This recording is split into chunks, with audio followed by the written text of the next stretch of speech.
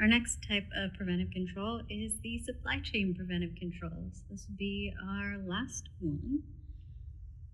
So, whenever you cannot control a hazard yourself, right, and your customer downstream is not controlling a hazard, you may need a supply chain control. Sometimes it can be difficult to figure out who your supplier is. Like, say you're trying to buy produce and maybe it's being sourced from multiple farms and it's going to one hub. And then you're trying to figure out, well, is my supplier the hub or is it the farm, right? The goal is to go one step forward and one step back in the food chain. So when you're looking at your supply chain control, you're going one step back. So for example, say I am buying potatoes and I am chopping them up into French fries sized pieces, and then I send them off to another company that will fry them and freeze them, and then sell them to either a grocery store or to, say, a caterer or some kind of, wholesale supplier. All right, so if I'm the one receiving potatoes and chopping them, that means that I get my potatoes from my supplier. Now, since I'm just chopping my potatoes, I don't have really many controls for biological hazards. I don't have a cook step or anything like that. And I don't have any control for, say, the pesticides that might come from the field. It's a chemical hazard. So what I'm going to do is I'm going to ask my supplier to give me a COA to show that they're using those pesticides properly. I'm going to certify that they're following global gaps, and if I require any controls around, say, pathogens, that I ask for a COA around that, and I'll do an audit and all those other good supply chain control things, like looking up their paperwork specifically around that hazard that I'm concerned about controlling. So it's really about managing traceability and understanding where in the line that hazard is controlled. So if I can't do it, maybe my supplier is the answer for me.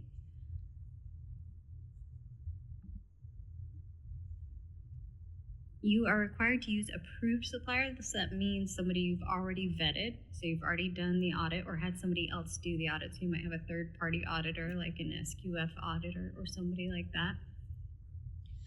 And you have already gone through and checked up on their controls, their paperwork, their verification processes, see how they manage their corrective actions and all those things to see if they are, in fact, a good supplier. Then you have to document those activities that you do to verify that they're following through with those preventive controls, and you have to document their verification activities. So it's twofold there. A lot of paperwork and supply chain preventive controls. Now, you can temporarily approve a supplier in an emergency, but it has to be done by a preventive controls qualified individual, and you have to be able to justify why it's okay to use that interim supplier. The best practice is to only use your approved suppliers. Things happen. Things run out. Supply chains change. It's a very challenging and moving world out there. Other things you can do for your supply chain controls: testing and sampling of your products, of their products coming in. And I like to go on the FDA's website and see if they have any warning letters. Always a good idea. Now, if you have a supplier that generally does really well, say you've been using them for years and you haven't had any issues with them, you can justify auditing them less based on their, basically based on their activity that they've been doing so well thus far.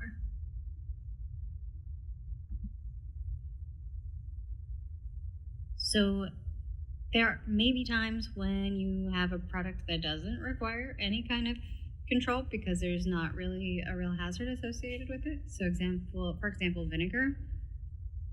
Just nothing's really likely to grow in vinegar. You're not really likely to have problems with vinegar, so you probably wouldn't have a supply chain control around vinegar. The other time you might not have a product with a hazard and any supply chain control around it would be for packaging. Say this, you're buying just a plastic box from a manufacturer. There's no label on it. There's nothing associated with it. Probably no hazards to identify. They probably don't have any significant hazards, so you're not going to have a supply chain control. Then the last thing is that if you are using the foreign supplier verification program, then you don't have to have a supply chain control program on top of that. The foreign supply chain control program for the products you're sourcing from overseas supersedes and works in place of the regular supply chain control program. So if you remember E.G. Food Company, they could not control for the pathogens in their cheese because at no point in their process does the cheese get cooked, and for their customer doesn't heat the product. And so they have a supply chain control where they're using an approved supplier. They do the third-party supplier audit by a qualified auditor, and they check that paperwork when that product's coming in. So this is their receiving procedure around that particular step where they're getting their cheese. And the goal is to make sure that all the products they receive are from the approved suppliers and that those approved suppliers have preventive controls in place. Frequency, each delivery, receiving clerk is the who. Then procedure, verify that the load of pasteurized processed cheese was produced by Cheesy-Co, located in Cowtown, USA. So see how they have a specific location. Remember, I told you every location is going to be different.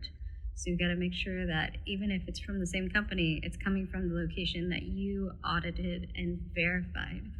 So you can't get the Cheesy-Co from Bulltown, USA. It has to come from Cowtown, USA. And then they have to document it on the receiving sheet. For our next exercise, you're going to use that hazard analysis again. You're going to identify at least one hazard that required a supply chain control. And you're going to identify what controls is the supplier using to control the hazard. And then what's one verification activity that supplier is doing around that control. Then you look at one verification activity that you would do around that supply chain control, and what would that procedure required. Then the next thing you look at is what records will you need for that. So you're going to fill out that form,